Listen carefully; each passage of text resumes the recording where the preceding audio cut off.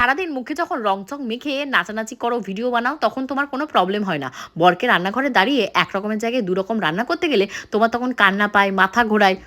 জঘন্য এরকম প্রচুর কমেন্ট আমাকে প্রত্যেক দিন পড়তে হয়, বাট আমি এগুলোকে মজার ছলে নিই। কারণ আমার 6 ফিট উচ্চতার 120 কেজির বরকে বলো তো কী খাবার খেতে দিই? কারণ আমি যদি ওনাকে গোটা 7 দিনও খেতে না দিই, তাও মনে হয় না ওনার এই ঢোলগোবিন্দ বডির এক ফোঁটা চর্বি গলে নষ্ট হয়। বরকে যারা ভালোবাসে তারা কিন্তু বরকে নিজের হাতে রেঁধে বেড়ে খেতে দিতে খুব ভালোবাসে।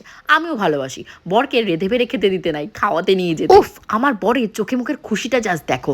বিরিয়ানি, মটন, কোরমা, এক্সে বার্গার, এক খানা পিনা। ব্যাপারটা হাস্যকর হলেও বিষয়টা কিন্তু প্যাথেটিক। কারণ আমার বরের যা ওয়েট 120 কেজি, এটা কিন্তু ওভার ওয়েট। ওনাকে যতবার বলা হয় খাওয়া দাওয়া কন্ট্রোল করতে, উনি কন্ট্রোল করে না।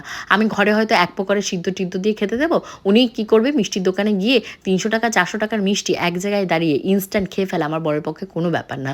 কিন্তু আমার চোখের শান্তি কি, আমার বর আমার চোখের সামনে বসে খাচ্ছে। আজকে যদি তোমাদের গোপুচন্দ্রকে তোমরা সামনে দেখতে কীভাবে যে বিরিয়ানিটা খেয়েছে, মনে হচ্ছে 10 দিন মনে হয় উনি বিরিয়ানি খায়নি। আলটিমেটলি কিন্তু তাই নয়, আগের দিন রাতেই উনি বিরিয়ানি খেয়েছে।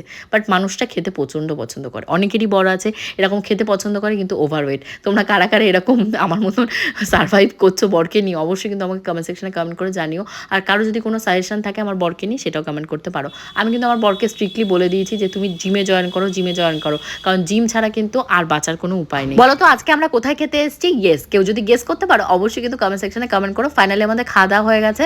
আমরা আজকে এখানে একটা মাটন বিরিয়ানি, একটা চিকেন বিরিয়ানি আর একটা মাটন কষা নিয়েছিলাম। খাওয়া কমপ্লিট করে এখন আমরা বেরিয়ে যাবো টিপস সমস্ত দিয়ে। হোপফুলি ব্লগটা ভালো লেগেছে, ভালো লাগলে কিন্তু ফলো করতে ভুলো না। পরবর্তী আপডেটের ওয়েট করো। বাই।